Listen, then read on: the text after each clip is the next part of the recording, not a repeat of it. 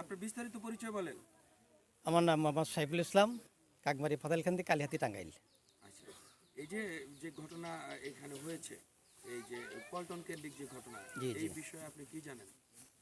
এই বিষয়ে যে ঘটনা ঘটেছে অত্যন্ত মর্মান্তিক ঘটনা। আসলে গ্রামবাসী চাচ্ছে তাদের সুবিধার জন্য, তাদের যাতে পয়সা খরচ কম হয় সেদিকেই এই গোবিন্দলকূপ চালানোর জন্য। কিন্তু অপর পার্টি যে যারা আক্রমণ করেছে, এরা শুধু নিজেদের স্বার্থে কয়েকজন লোকে এটাকে চালায় যাচ্ছে এবং কি এরা জোরপূর্বক কালিহাতি বিআরটিসি অফিসার যা করে দেয়, তারপরে মাননীয় আপনি টিনো সাহেব যা করে দেয়, উনি কোনোটাই মানতে রাজি না এবং কি মানেও না। যদিও অফিসে কথা স্বীকার করে, বিশ্বাস করে, কিন্তু বাহিরে এসে সব ভুলে যায় এবং কি জোর করেই কিছু করে। এটা নিয়ে অনেকবার আপনার এই টিনো সাহেব মহোদয় যথেষ্ট চেষ্টা করেছে, তোমরা আপনারা মিলেঝিলে করেন, মিলেমিশে করেন, কিন্তু উনি কিছুতে মানতে রাজি না।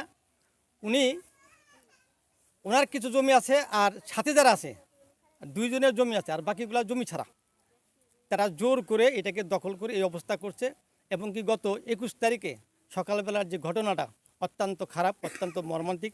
আমাদের লোকের যে হামলা করেছে, যে অন্যায় করেছে, এটা আমরা প্রতিবাদ জানাই এবং কি ন্যায্য বিচারের দাবি জানাই সরকারের কাছে। আপনি যে একটা কথা উল্লেখ করেছেন যে কালিহাতি উপজেলা প্রশাসন এই বিষয় নিয়ে কথা বলেছে, এটা কাদের সাথে কথা বলেছে, কিভাবে কথা বলেছে দুই পক্ষের সাথে, ওই পক্ষে এবং আমাদের পক্ষে যারা পৃথকভাবে ডেকে নিয়েছিল? না, এক লগে যৌথভাবে।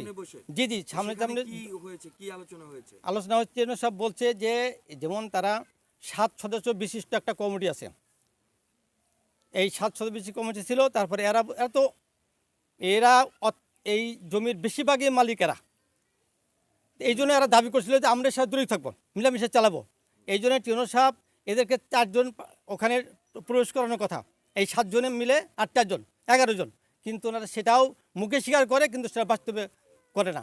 যার ফলে এই জিনিসটাকে দিন দিন অত্যন্ত গুরুত্ব হয়ে দাঁড়াইছে এবং কি তারা টিনো সাহেবের কথা স্বীকার করে, সেটা বাইরে আসলেই ভুলে যায়। আপনাদের যে আক্রমণটা করলো মারার জন্য, কার নেতৃত্বে মারা শুরু করলো? এটা আক্রমণ করেছে যে শাহ আলমের নেতৃত্বেই আক্রমণ করেছে। সবচেয়ে বড় দুঃখের বিষয়, আক্রমণ করে মানুষকে মার দেয়, তাহলে আমাদের এক ছোট ভাইয়ের একটা পাই চলে গেছে, ডাক্তার বলছে পাটা ফিরে আনলে তাকে বাঁচানো সম্ভব না। গত পরশুদিন রাতে তার পাটা কেটে ফেলা হয়েছে। এত বড় জঘন্য অপরাধ করছে তারা। ওনার পরিবার কি অবস্থা এখন? কোন পরিবার? যে যার পাটা নেই, হ্যাঁ, তার পরিবার তো এখন খুব অসহায় অবস্থা চলে গেছে। এই গ্রামেরই আমাদের এক ছোট ভাই। আচ্ছা, এই যে বিষয়ে আমি যেটা প্রশ্ন করছি আপনাকে, যে এই কালিহাতি ইউনো মহোদয় যে আপনাদের দুই পক্ষকে নিয়ে যে বসার পরে দুইজনকে একটা ডিসিশন দিল, সেই ডিসিশন ওনারা মেনে নিল না, মেনে নেন। আচ্ছা, মেনে নিল না।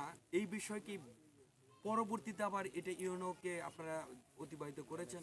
হ্যাঁ, সিদ্ধান্ত মানছে না? হ্যাঁ, অবশ্যই আমরা অতিবাহিত করছি, তার সাথে কথা বলছি। তখন কি সিদ্ধান্ত দিয়েছে আপনাদের?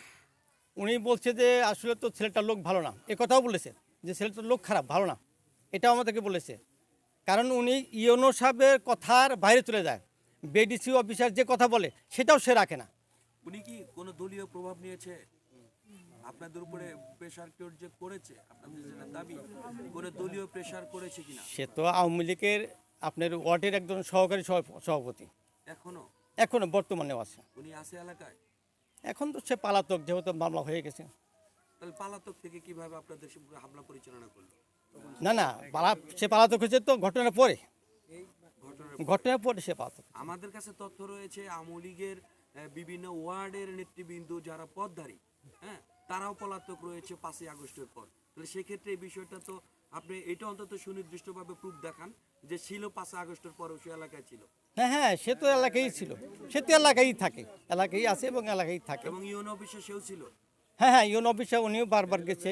ওই কালিহাতি উপজেলা প্রশাসন বরাবর সে বসে বসে মিটিং করেছে সকলের সামনে। হ্যাঁ, উনি কথা ক্লিয়ার বলবেন, কিন্তু ভুল তথ্য আমাদেরকে দিবেন না, উনি বারবার যখন ইউনো সাহেব কল করছে, দুই পক্ষ এক লগে পাশাপাশি বসে আলোচনা করছে। আচ্ছা, ওকে।